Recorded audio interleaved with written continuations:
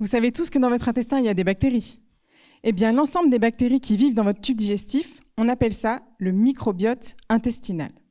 Malgré leur taille microscopique, certaines de ces bactéries, si elles vous infectent, peuvent avoir des répercussions sur toute votre vie. Bon, alors déjà, quand vous allez l'attraper, normalement, vous passez la journée sur le trône, qu'on se le dise. Vous voyez de quoi je parle? Cette bonne vieille gastroentérite. Eh bien, même une fois évacuée, la bactérie peut avoir entraîné un tel désastre que votre intestin, son cerveau et même le microbiote intestinal ne s'entendent absolument plus. L'intestin transmet des informations au cerveau et vice-versa. Et même si on est encore loin de connaître exactement comment les deux peuvent communiquer, les différentes voies sont assez bien étudiées, chez l'homme mais aussi dans les animaux de laboratoire.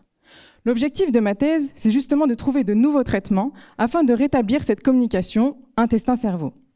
Et ce, notamment chez des patients qui souffrent de ce qu'on appelle un syndrome de l'intestin irritable post-infectieux. En fait, il faut imaginer que ces personnes souffrent à la fois de douleurs abdominales chroniques suite à une ancienne diarrhée, mais également à des troubles du comportement de type anxio-dépressif. Vous voyez le tableau là? Le combo dépression-diarrhée?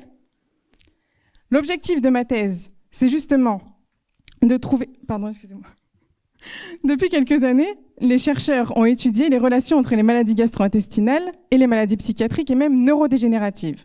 Et en fait, l'intestin, comme on l'entend souvent notre deuxième cerveau, pourrait faire le lien entre toutes les pathologies dites modernes qui nous entourent. L'obésité, les maladies cardiovasculaires ou même encore les maladies mentales telles que l'anxiété et la dépression. Par exemple, si je vous pose une question comme ça, est-ce que vous connaissez le poids de votre cerveau? Alors non, n'allez pas croire que ça a un rapport avec votre intelligence, les gars, c'est pour tout le monde pareil, c'est 1,5 kg. Eh bien, figurez-vous que les bactéries qui composent votre microbiote, elles aussi, elles pèsent 1,5 kg. Alors là, il peut y avoir des variations. Si vous prenez mon microbiote ou bien celui d'une nana hyper bien gaulée, ça va varier. Mais bref, ce qu'il faut retenir, c'est qu'au final, on a autant de bactéries que des cellules dites humaines dans notre corps. On est donc aussi bactérien que humain. Pendant ma thèse, j'ai démontré les effets bénéfiques d'une cytokine sur les douleurs abdominales et également sur l'anxiété. Celle-ci, elle s'appelle IL-22. Cette IL-22, c'est comme une molécule qui permet aux cellules de s'échanger des informations. Maintenant que j'ai compris ça, j'essaie de comprendre comment elle fait. J'ai plusieurs hypothèses.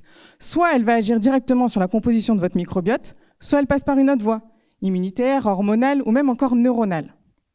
Pour moi, il est nécessaire de rétablir la relation entre les bactéries et les hommes, car les bactéries, c'est un peu la nourriture de notre pensée.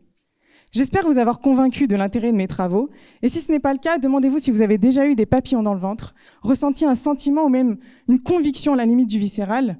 En tout cas, prenez soin de vos intestins pour avoir, comme on dit, un esprit sain dans un corps sain. Merci.